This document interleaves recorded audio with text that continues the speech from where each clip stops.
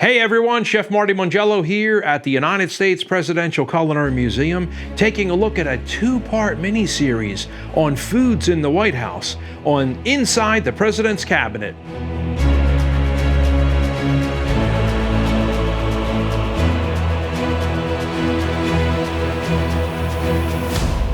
Wow, everybody, today we are going to take a look at the foods of the White House and some of the most famous foods ever to sit on a president's desk.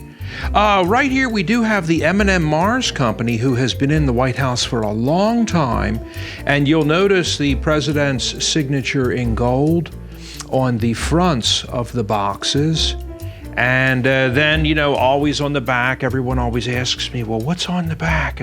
There's a little peanut with an American flag smiling and waving at you. But these are minted for all of the presidents by the M&M Mars Company, and here you can see over here is Barack Obama's signature in gold, and tens of thousands of these are handed out. Here's George Bush. And you'll often see our United States Navy chefs dressed in suits escorting the president, handing different things out like the Altoids. And they'll say, here's a small gift on behalf of the President of the United States.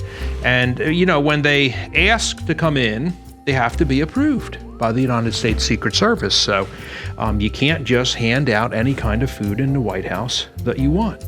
And Altoids is very well known, one of the more recent companies just to come into the White House. And here is one of their small Altoids boxes. And notice they are safety shrink wrapped now as well. But did you know that this seal, the seal of the presidency of the United States of America, is a protected seal? It's a criminal offense to use this seal on products and to sell it or to just put it on anything that you like. So again, when we look at the Whitman Company here for Whitman's chocolates, or Altoids, or the M&M Mars Company, various different companies who use the seal. And look at how small this one is. Oh my gosh, on Lifesavers. All of our fans around the world know these products, the Whitman's chocolates and Lifesavers. And yeah, that is a super tiny, teeny Lifesaver. We just have 4 Lifesavers in there. And naturally, when you check into the rooms, this is all set up on your bureau for you in our miniature bed and breakfast that we have at the White House. It depends on the president and the first lady how many rooms we want to have for rent, if you want to use that word, each night. But this is all set up on your bureau.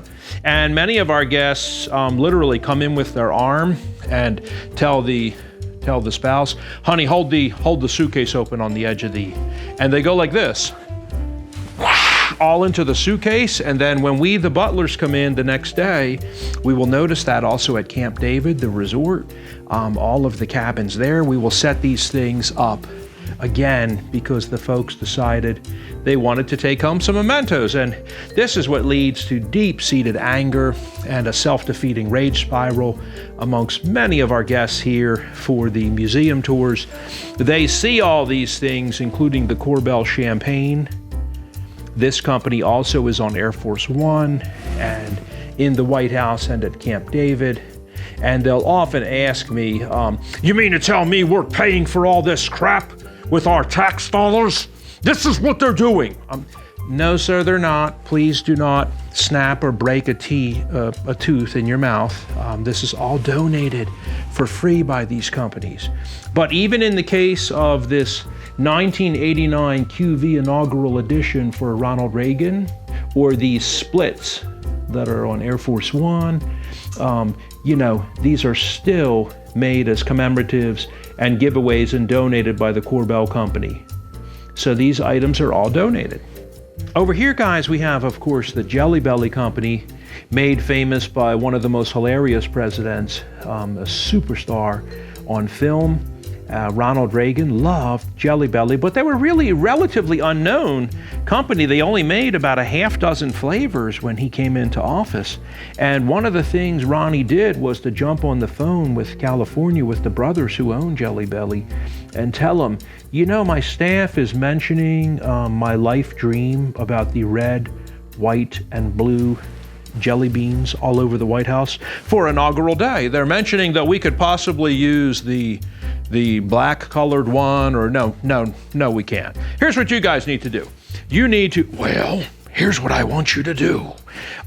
He asks them, could you please invent and create immediately a blueberry bean? I need it now, and I need it by December.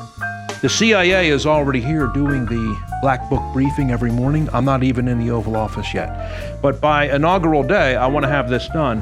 And that is one of my bucket list items on Earth. I want people to be able to plunge.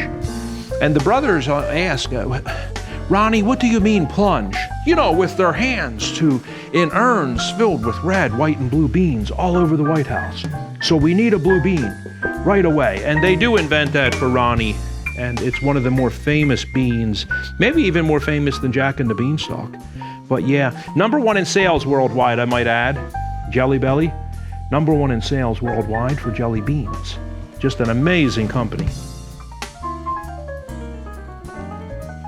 I should also bring up the coconut is the other most famous food item ever to sit on a president's desk, the Resolute desk. And in fact, that desk was brought up by Jackie Kennedy out of the basement and polished up with some lemon pledge.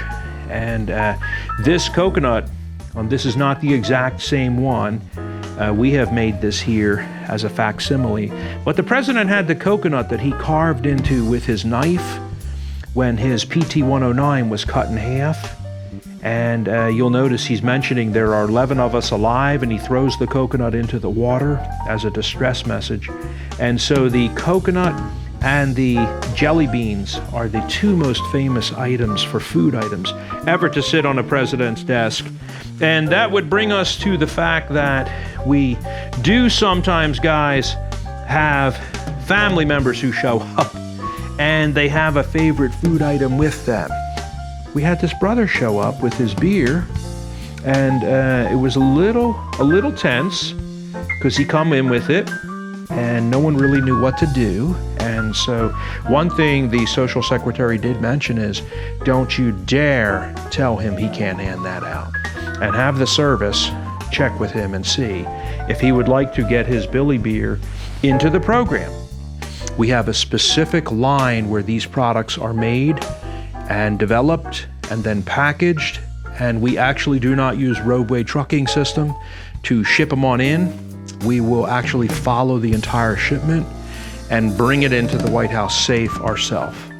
And it's very important. So Billy beer will come into the system, although it will not have the presidential seal on it. And thank you again for joining us, and please don't forget to subscribe. We appreciate you so much, and catch you next time.